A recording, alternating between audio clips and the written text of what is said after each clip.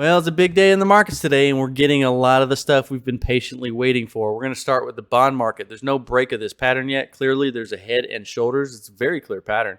Now, the thing about patterns is, remember this, when it comes to technical analysis, until the pattern breaks, okay, until there's follow-through, it's nothing but a pattern, right? It's just a shape, all right?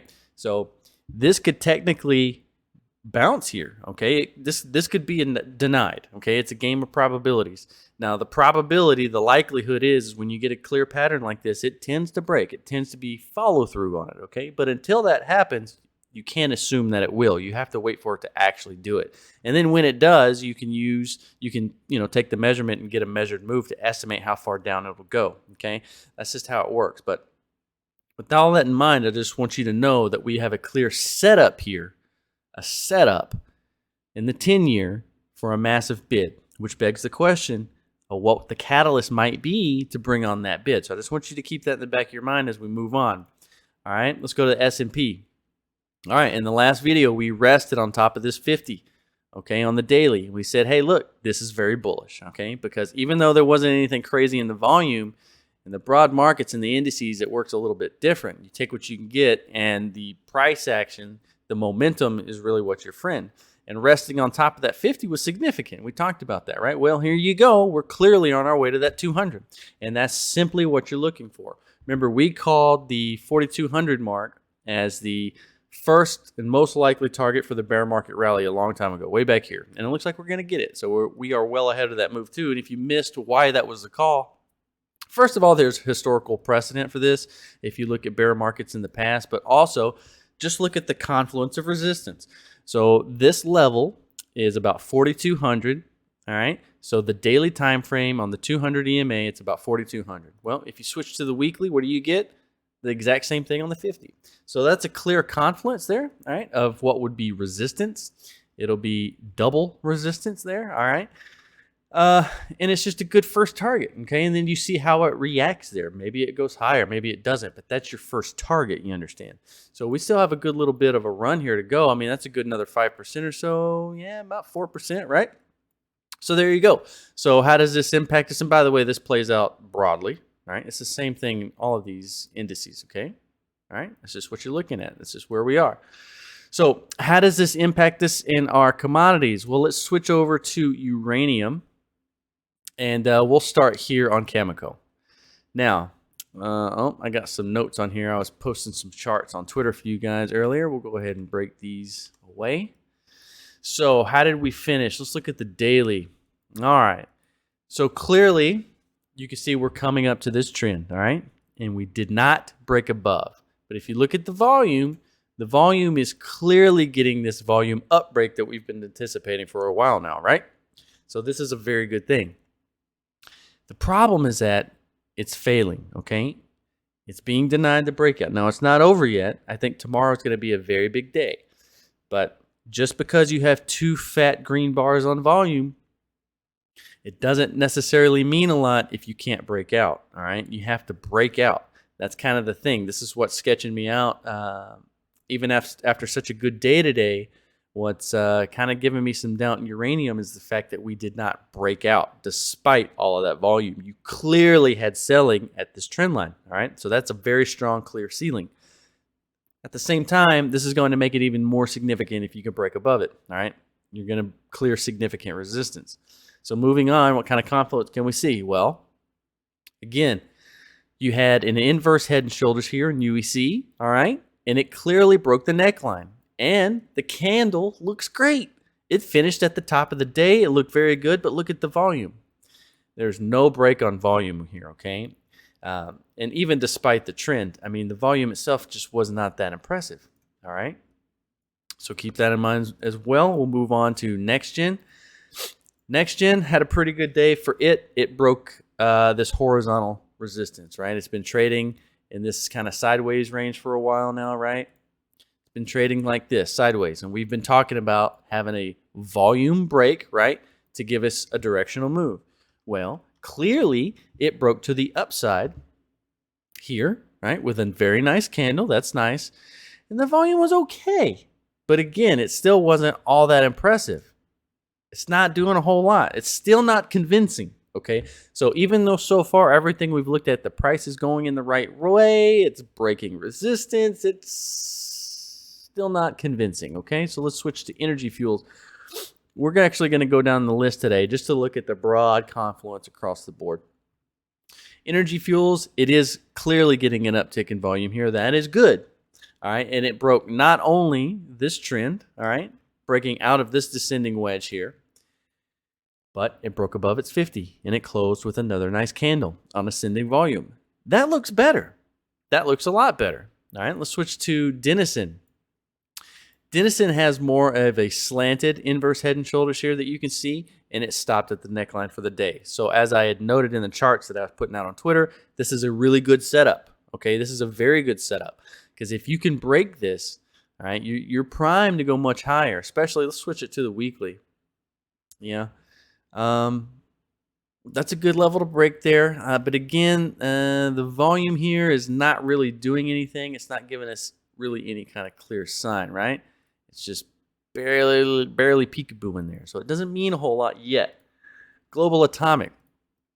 It has broken out of its descending wedge already. It has essentially come back and retested. We talked about this in the last video.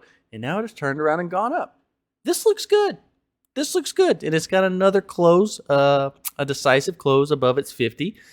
So it's working to start a new upwards trend. This looks pretty good, right? Let's move on here. Oh, let's look at URA. So the ETFs are performing very well today. All right. So you'll see the larger slashed lines here, right? These are broader trends, and these smaller dotted lines are more short-term trends. And with the trend within the trend here is this descending wedge that you can see, right? And it clearly broke out of it. All right. It also settled above the 50 on a nice, fat, tall green candle, closed at the top of the candle on nice volume. This looks good. This looks good. URNM. Kind of different here. So we have this descending channel, and you can see this clear double bottom pattern here. Except on the right side, it's making a rounded bottom. You see? That's why I've highlighted here. You have a nice rounded bottom on the right side. So on the left side, you got a V bottom to a rounded bottom in this double bottom pattern. And we are looking at a clear opportunity to break up and test this thing. URNM is starting to look very good. And once again, you have something a little bit more decisive on the volume.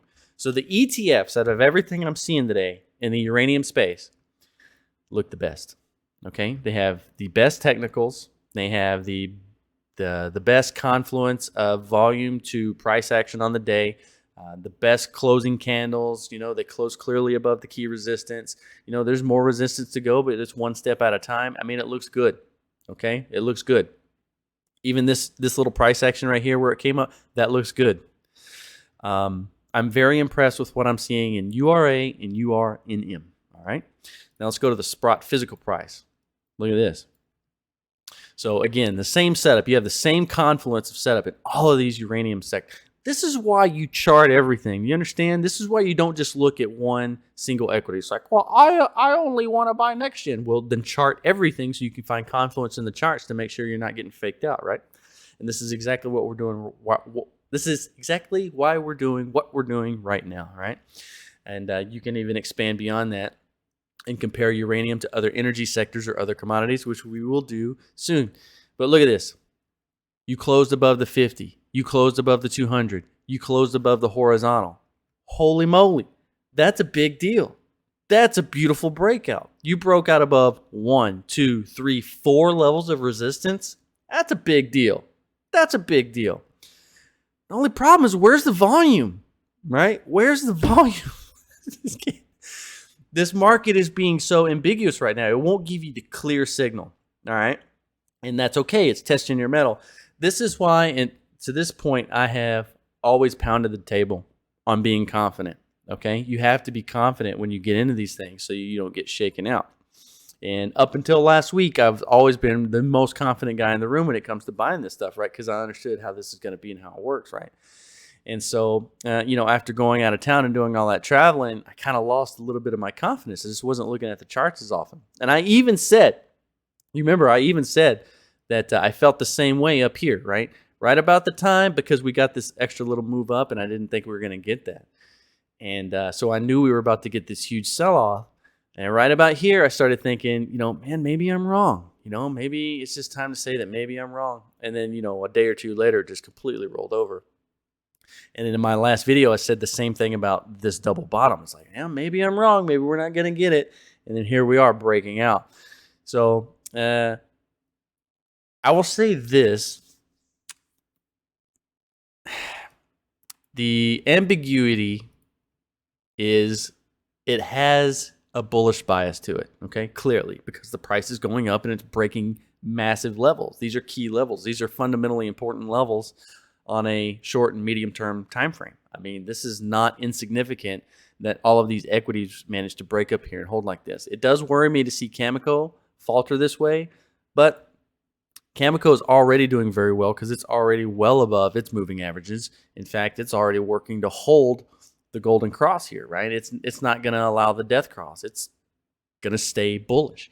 And remember, I've always maintained that so long as you stay in this trend, you are in a bull market, right? And this has always been clear. But the issue is, how much higher are we going to go on this move, okay?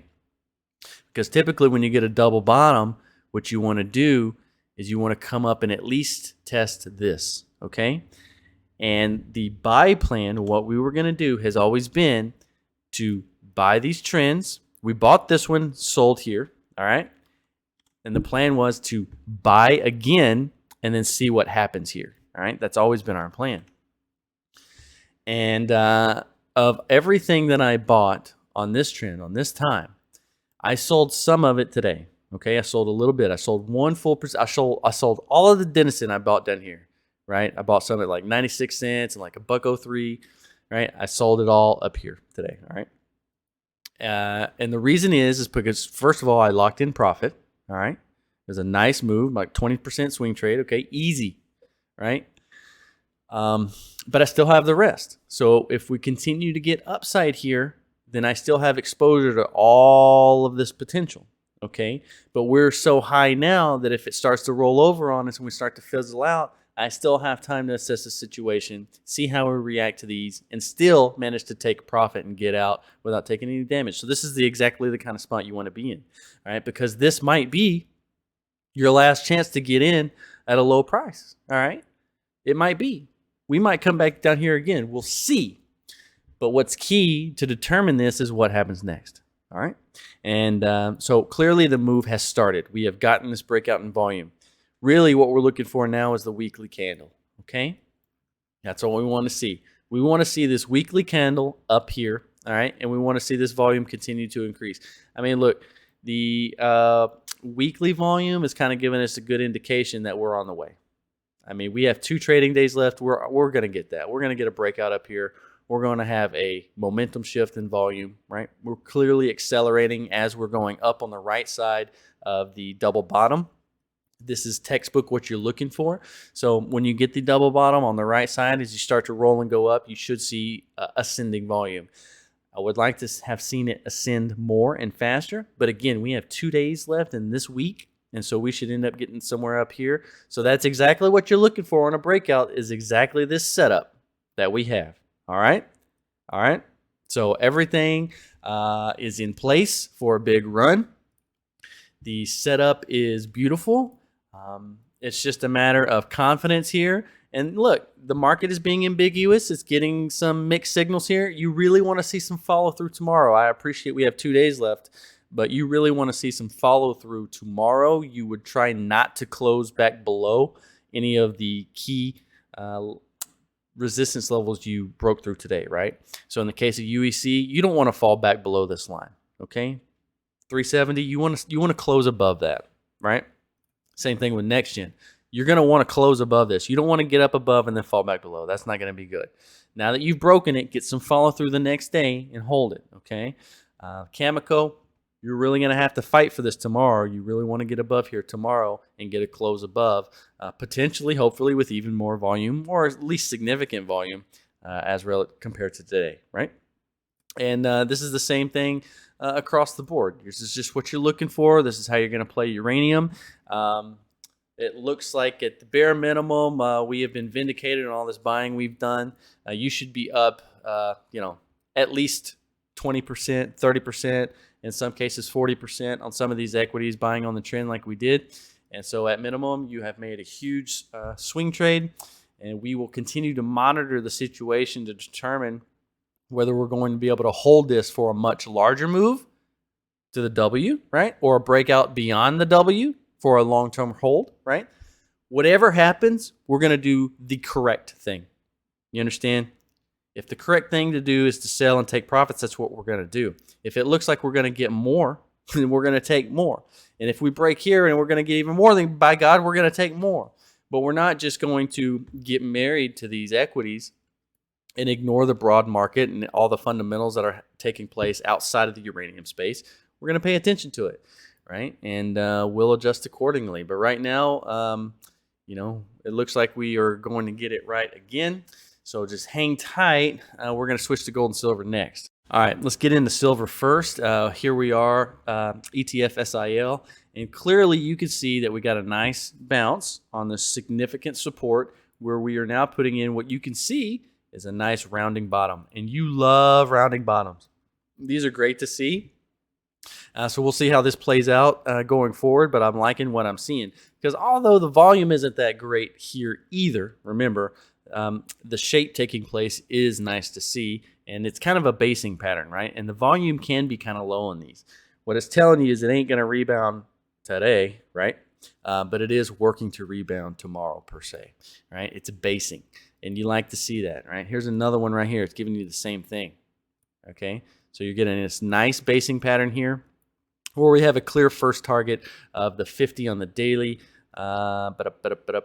Yeah, you're going to have a confluence of horizontal resistance there to an extent too. So this is your first target if you're a swing trader, or if you're looking to get out if you bought for an anticipation of a retest. It's possible, we got to see what happens here, but obviously it's basing and it's trying to roll up. AG, again, it's kind of the same thing. You can see kind of a short-term resistance playing out here. It closed there on the day, not necessarily a good thing. Again, look, this looks just like uranium stocks, doesn't it? Remember all this confluence we've been tracking for so long? I've been trying to pound the table on all this confluence we've been seeing in gold, silver, and uranium. All right, now look at this. Looks just like UEC or any of these other stocks we've been looking at. It's got the same thing, right? You got your V bottom on the left, and then you have your rolling bottom, your rounding bottom on the right. And so we are coming up to retest these critical levels. But just like many of the uranium equities, it did not get above. But still looks pretty good. Hecla, strong support here, obviously. It kind of made a base and is moving up, hitting strong resistance. So, big moves on the day. But again, they're still all kind of lacking the volume to tell you that, we're about to break up here or something, right? But it's going in the right direction. I think generally people are reacting to the news today. The Fed was pretty dovish. They raised 75 basis points, but wasn't a whole lot of meat to it because when Powell talked at the end of the day, he was rather dovish. He was pretty much admitting what we've known on this channel for a long time, which was that he's all talk and no bite. And there are fewer and fewer naive people out there willing to buy this crap anymore. At least those who were naive are starting to wise up. And the time for capitulation by the Fed is on the way. Now, if you look at Newmont, look at this chart. This is a beautiful chart. This is a beautiful chart. We're going to switch to the monthly view. All right, we're going to switch to the monthly. Check this baby out. Look at that. How good does that look? Double confluence of this tick here on the 200. RSI gets this oversold. You got to go back all the way to here where we got a nice pivot for the next run up. I mean, look, you get the same kind of confluence on the breadth. I mean, these things are getting just about as oversold as they could be. I'm just really liking what I'm seeing, guys. I'm really liking what I'm seeing. You got to go all the way back here on the weekly. Good grief. So on the big names, the small names, they all look great. Abra Silver got a huge leg up today. It's coming up to test major resistance itself, though. So be careful chasing because we still have some struggling to do, I think, in these gold and silver stocks in the near term. We're not just going to blast straight on up here anytime soon. We're going to probably come up, test these resistances, maybe come back a little bit. I don't think we're going to get any kind of a V bottom that just keeps going up, okay? So mind your expectations. Remember, what you're doing down here in these areas is accumulating, okay? You're just accumulating on all this weakness, okay? So just like we looked at Newmont, look at GDX. Look at this. Look at this. Look at this trend line historically, the kind of strength it's provided, okay? Both ways. Look at it. That is just an amazing trend line to follow. Now, look what happened over here, okay? This is a weekly chart. You had the confluence of this channel coming down, right? You see this channel, all right? This downwards channel with this horizontal support, and what happened when price got down here? It barely broke it, put in this nice strong candle here, and you know, we're coming back and playing on it. We're rounding out, and this looks good. And you have the same kind of confluence again on the technicals as everything else. You have to come all the way back to here. The last time the indicators were where they are here was right here. You understand that? All right, the significant lows. So everything's telling you to accumulate here. So even though you might not go straight back right here, even though it's very possible, and we probably should, to be honest with you, you still want to use this as an opportunity to accumulate, okay? This is weakness. We shouldn't be down here, but we are. And so when the market gives you opportunity like this is when you have to be confident. This is when you have to identify opportunity. This is when you have to be Rick Rule, right? Into Powell and in for 10 cents and it drops to a penny. You got to know when it's a penny. You got to know the relative similarities to these kind of oversold conditions, and you got to buy it with confidence. I'm absolutely buying gold and silver down here. I am beyond convicted that these are accumulation levels, and I'm all about it. I just, nothing has changed on that. So I think in the short term, you know, maybe we kind of go sideways a little bit longer. Maybe we do a slow trot up here. It looks like as long as the secular market is in kind of this bear market rally, that's not likely going to be what gives us the big push in gold, okay? So gold and silver are kind of waiting for that secular bear market, right? When the markets really roll over that next time, people start getting scared, right? We had an amazing interview with Don Durrett, and he was talking about the fear trade and what's going to bring this all about. You need to go watch that if you haven't already. So yeah, we could get some rebound in prices right here, but people aren't going to rush into it and blast off our equities quite yet. All right, you just want to be accumulating here in anticipation of the inevitable, and the inevitable is on its way. Don't get that twisted. Excuse me, but look at this candle here. This was a great weekly close on gold. All right, we came down and touched this critical level. All right, 1680 has always been a critical level for gold anyway. And this time it had confluence with the 200. I mean, this is just a beautiful thing. It's just a beautiful thing. It's a great place to be accumulating and buying, right? And it's proven how strong it is. I just like what I see. And again, on the daily, it looks like it's kind of rounding out as well, right? You see that kind of right there? So I like it. Just hang tight. The time is coming. This is when you want to be accumulating in confidence. And again, we'll keep a close eye on uranium, but it's going our way. It looks like we will be vindicated in another big call weeks ahead of everyone else. And hey, that's okay. That's what you got to do. You have to be forward looking. It's just like this announcement for the recession. It's like all these people are shorting oil and doing all this nonsense, stupid stuff because they say, there's a recession coming. Because they're reacting to headlines that we anticipated months ago. You know why that's important? It's that when that headline comes, you don't react to it. You already expected it. And so when everybody else makes dumb decisions and starts dumping things that are fundamentally bullish, you scoop up and buy them because you know what happens next. What do you think happens next, guys? What do you think happens next? The Fed's done, right? They're not going to hike again in September. And if they do, it'll be 50 basis points or less, probably a quarter. I mean, the bond market's telling you what it thinks is coming. It's clear as day. Just look at it, right? And so you can be ahead of the markets. You can anticipate this stuff, okay? Let the broad market run up to 4,200 like it wants to do, okay? Let the bond market prime up for a bid, okay? And let's let uranium play this move out. Let's see if we can get to the top of this this double bottom pattern, right? The top of this W. And then let's watch and see how everything acts when they get to these critical levels, and we'll make our next decision, okay?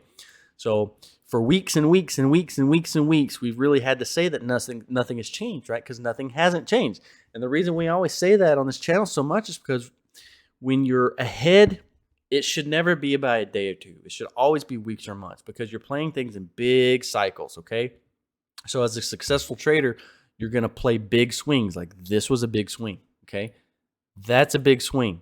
That's a big swing. That's a big swing. This big swing. This was a basing pattern here on the right side of a double bottom. I mean, this has a lot of potential. This has a lot of potential for a big move this way. But you can't assume, you just have to wait and see. But the point I'm trying to make here is that if you anticipate these things in advance, then you know to strike with confidence, and you can be confident when you see it to act on it when it happens, okay? So that's why when it gets up here, a lot of people are going to start FOMOing, all right? Whereas we already know if it gets denied here with any trouble whatsoever, we're going to sell. And you're going to have a lot of people get suckered in here, right, when we're getting out, cleaning out our bags to buy again down here once again. Does that make sense? So this is why you should always be ahead and forward looking in the markets. So the chart, it can't predict the future, but when you lay it on top of the backdrop of all the fundamentals, you can make a pretty damn good educated guess. Does that make sense? So hang tight, and remember, in the near term, we just want to see the price action. We want to see follow through. That's what we're looking for in uranium. Gold and silver, again, it's just at a strong accumulation level. It's nice to have these runs up here. It wouldn't surprise me if we come back down. But again, it doesn't matter if you're accumulating down here anyway. You're good for the long term. Down below, it's the last video I posted or two. Interview with Don Durrett. It was awesome. 3 hours long, an absolute barn burner. The guy just went on and on and on about everything from the macro situation, China, Russia, the dollar, the yen, the bonds and yield curves. We talked about 10 baggers. We talked about why some of these 10 baggers could be 20s. We talked about the catalyst in the way. We talked about the fear trade. If it existed as a subject, we talked about it, believe me. And he nailed so many of these questions. And he went really in depth. I mean, he gave us a period where he just let us ask him a question about particular companies, and he'd give us the total deep dive on all these things. I mean, it was an awesome, awesome, awesome interview. So please go check it out. And if you're on Twitter, get on Twitter and retweet this thing and spread the word, and share it to more people. I think it's an amazing opportunity to get into gold and silver right now, and the sentiment could not be lower, which again is another testament of why it's such a good time to get in right now. Sentiment is one of the best indicators, especially as a contrarian. So take that up, and hey, let me know in the comments. Go check out the video and leave some comments in it too if you have any suggestions on how we handled ourselves and how the interview sounded, the questions we asked. If you have any constructive criticism, if you want to tell me I sounded like an idiot, I don't care. Just give me some feedback on what you thought about it. I'd appreciate it. You guys take care.